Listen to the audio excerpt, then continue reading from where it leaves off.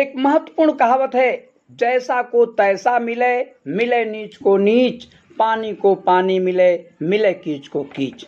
पंचतंत्र की एक कहानी है। एक बार तपस्वी तपस्या कर रहे थे। उनके हाथ में बाज के चंगुल से छूट करके एक चूहिया आ गिरी। महर्षि को दया आ गई। उन्होंने उस चूहिया को एक सुंदर लड़की बना दिया अपने तपस्या से, और लड़की धीरे धीरे बड़ी होने लगी। बड़ी होने पर महर्षि ने सोचा कि इस लड़की का विवाह किसी योग्य वर से कर दें। तो तप के बल से सूर्य को उन्होंने शादी के लिए बुलाया।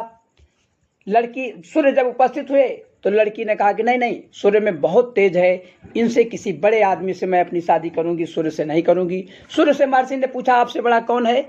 सूर्य ने कहा कि महाराज, मुझसे बड़ा बादल है, क्योंकि बादल मुझे ढक देता है। महर्षि ने अपने तपोबल से बादल को बुलाया। बादल उपस्थित हुए तो लड़की ने कहा कि नहीं नहीं, बादल से मैं अपनी शादी नहीं करूंगी, बादल तो बहुत काला और डरावना होता है। बादल से पूछा कि आपसे बड़े कौन हैं? तो बादल ने कहा, हवा, पवन हमसे बड़ा है।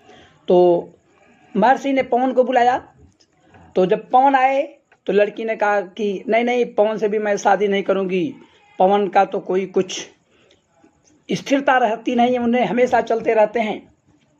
तो पवन से पूछा कि भाई आपसे बड़े कौन हैं? तो उन्होंने कहा कि पर्वत हमसे बड़ा है। तो महर्षि ने पर्वत को तपोबल से बुलाया। जब पर्वत आए तो ये लड़की ने कहा कि नहीं नहीं, पर्वत से भी मैं अपनी शादी नहीं करूंगी, क्योंकि पर्वत तो हमेशा स्थिर रहता है और अच्छा नहीं रहेगा। तो पर्वत से पूछा कि भाई आपसे बड़ा कौन है? तो पर्वत ने कहा कि मुझसे बड़ा चूहा है, चूहा हमको भी खोद करके बिल बना देता है। तब महर्षि ने अपने तपोबल से एक चूहा बुलाया और लड़की को पुनः चूहिया बना दिया और दोनों की शादी करा दी। कहा जाता है कि यदि आपका एटीट्यूड अच्छा नहीं है, अगर एटीट्यूड खराब है, तो आपके सामने अच्छी से अच्छी वस्तु रहने पर भी वो आपको अच्छी नहीं लगेगी।